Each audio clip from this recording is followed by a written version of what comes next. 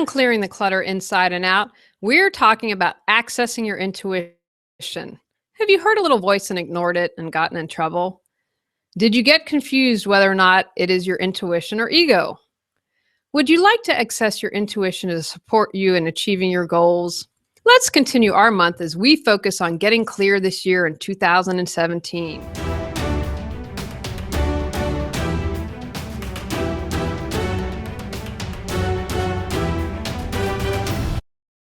Ready to clear your clutter and share your gifts with the world?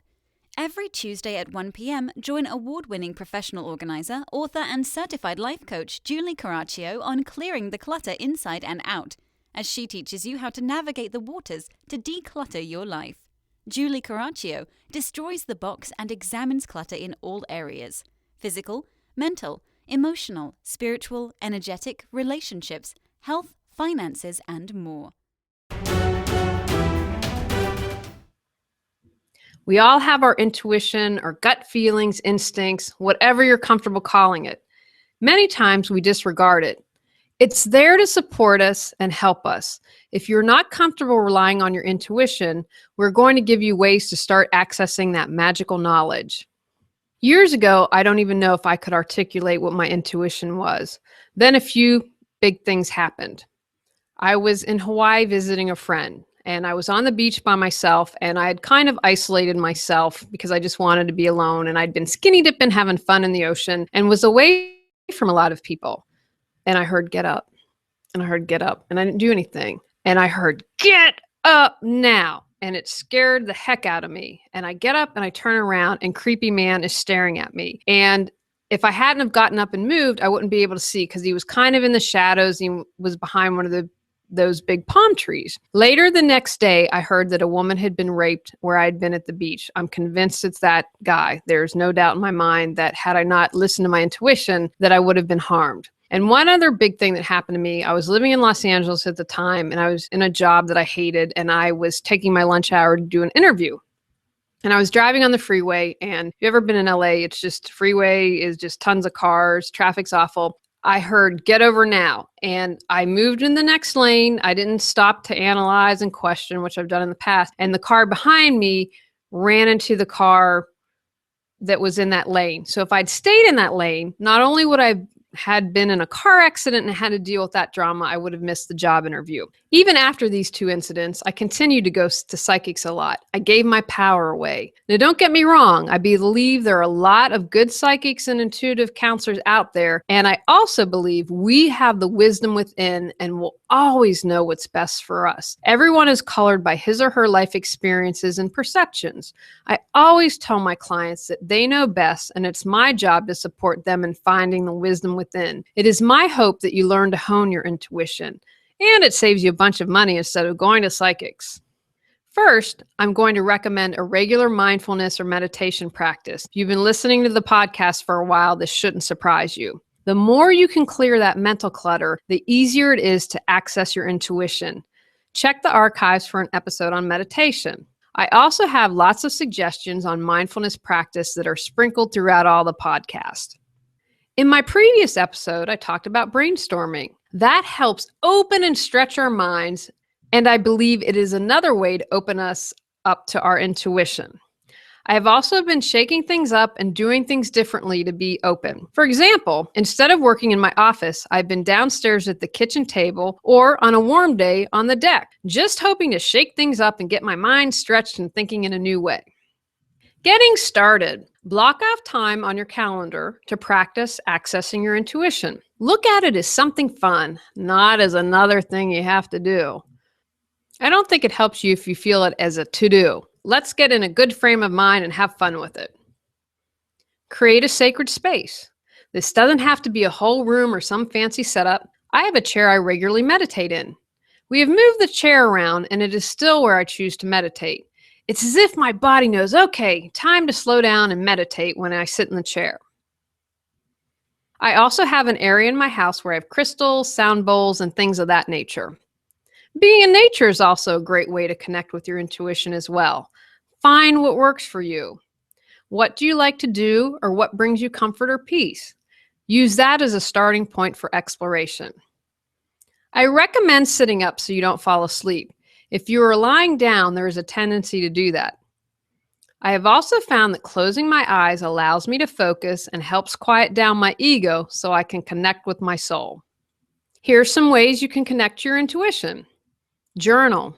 Just start writing. Don't censor yourself. Don't stop and read. Just keep writing. You can review that later. Commit to doing 10, 15 minutes, half an hour. Recall a really positive situation. How does your body feel as you think about that? You have some energy swirling in your palms, a tingle in your tummy. Now remember that. Next, recall a negative episode. How did that feel? Do your shoulders hunch forward? Did you feel your tummy drop? Record how you felt with each scenario. Ask a question you are currently looking for guidance. How did your body respond?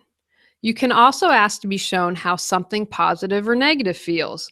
Sit quietly with your eyes closed. Okay, energetically, how do you want me to feel this, sense this, see this? Show me positive. Show me negative. Ask for guidance. Sit quietly and then listen. You may not get something right in the moment. It may come to you when you're in the shower, when you're meditating.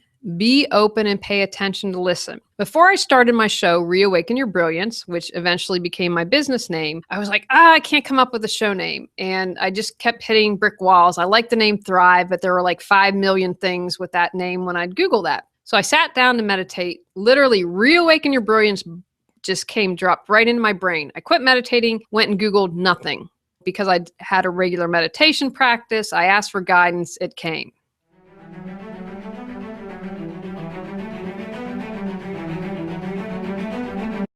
Surrounded by clutter? Exhausted from the stress and anxiety it creates? Longing for peace of mind?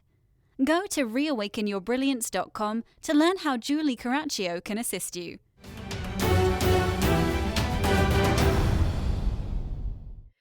Listen to your dreams. I keep a pad and pen by my bed. When I was single, I needed to refinance my mortgage. Never do a balloon loan, by the way, although hopefully by now they've outlawed them.